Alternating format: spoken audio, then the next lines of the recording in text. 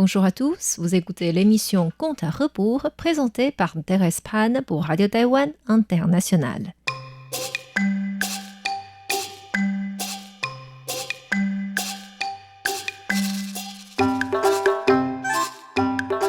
La semaine dernière, nous avons vu que le Premier ministre voulait punir l'offense de Qigong envers lui en lui assénant des coups de bâton. Mais Qigong détourna chaque fois le bâton par son pouvoir magique.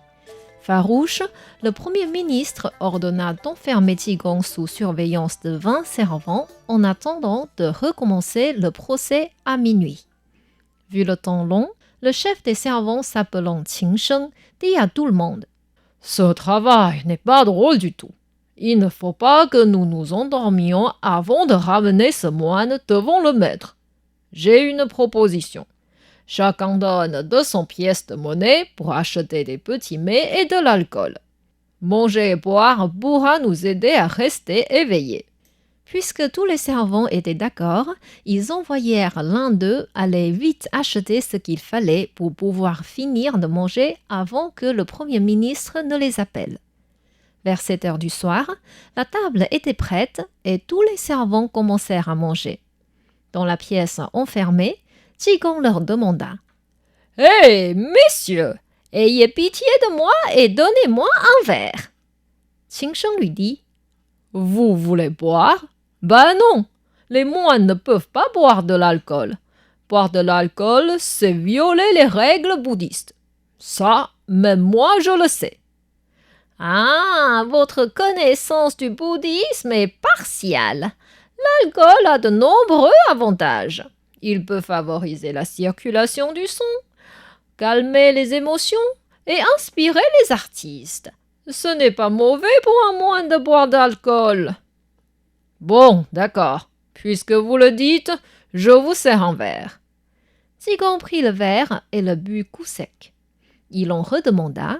« C'est très bon. Servez-moi un autre verre. » Qin Sheng lui dit. « Je vous ai déjà servi un verre et vous en redemandez encore. N'avez-vous pas honte ? » « Eh bien, si vous ne me donnez pas un deuxième verre, c'est comme si vous ne m'avez rien donné. » Qin Sheng hocha la tête et lui servit un autre verre.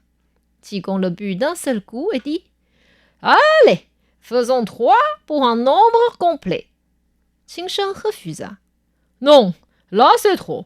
N'en redemandez plus. »« Ha ha ha, ça n'est pas grave, je me sers moi-même. » Qigong tint son verre et dit « Viens !» Et son verre fut rempli automatiquement.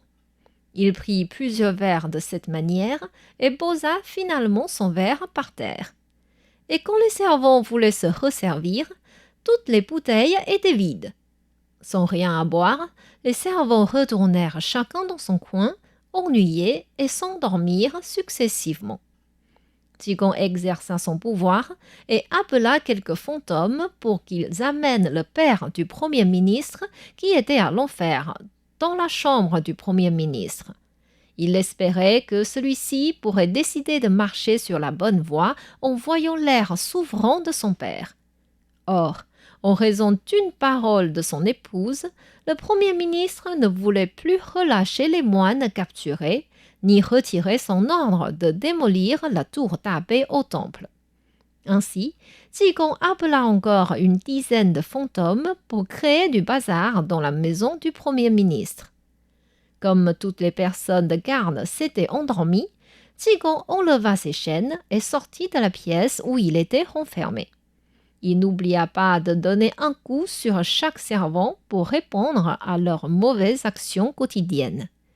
Arrivé dans le jardin, il vit un homme sur le toit du bâtiment au nord, tenant un grand couteau.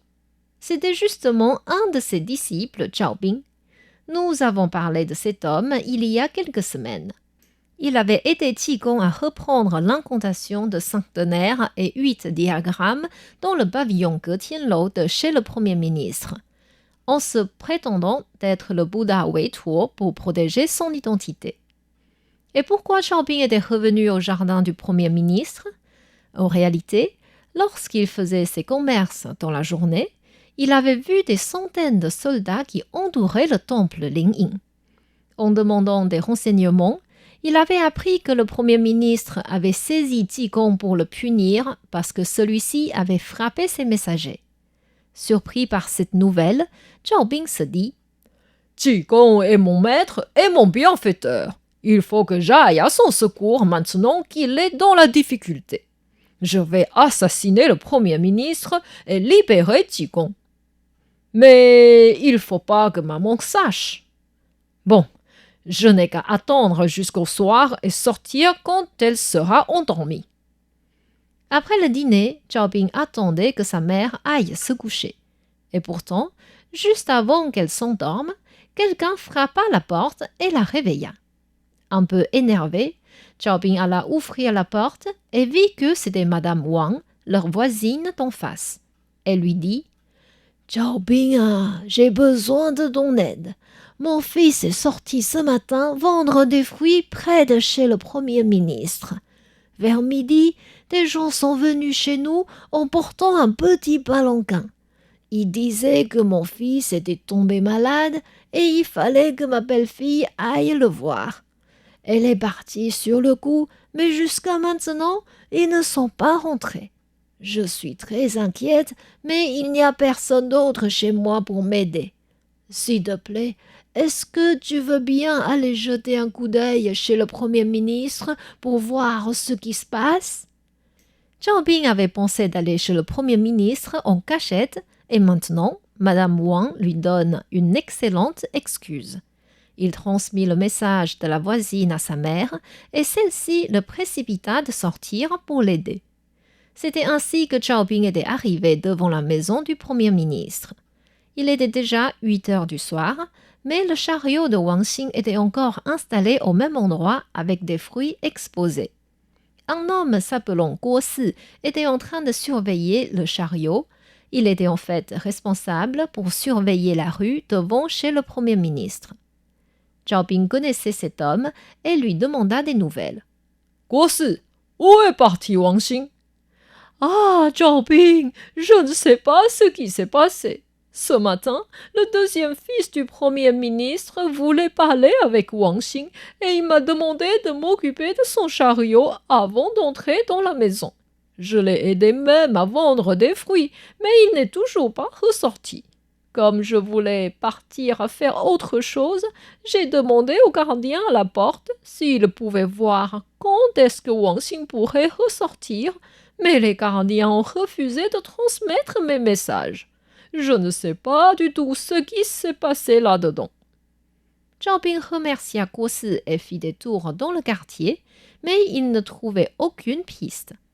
Vers 10 heures du soir, il décida d'aller d'abord assassiner le Premier ministre et de sauver Jigong. Il sauta sur le mur et arriva sur le toit de la maison située à l'est du jardin. C'était justement là où il y avait la chambre du Premier ministre, mais Zhao Bing ignorait ce fait. Quand Zhao Bing regarda vers le bas, il fut surpris par la scène devant lui. Une dizaine de fantômes étaient en train de faire le bazar dans la cour. Des dizaines de servants voulaient les attraper sans réussir, et tous les bâtiments de ce lieu étaient couverts par une lumière verte. Apeuré, Zhao Bing courut rapidement vers le nord. Il remarqua un jardin un peu isolé au milieu duquel se trouvait une grande maison bien éclairée. Attiré par cette lumière, il s'avança vers la maison et regarda discrètement l'intérieur par la fenêtre. Il n'y avait personne dans le salon, mais sur une table ronde étaient posés plusieurs plats délicieux. De la viande, des fruits de mer, des légumes et des fruits, c'était un véritable banquet. Zhao Bing se dit « Ah, cela tombe bien, j'ai un peu faim maintenant.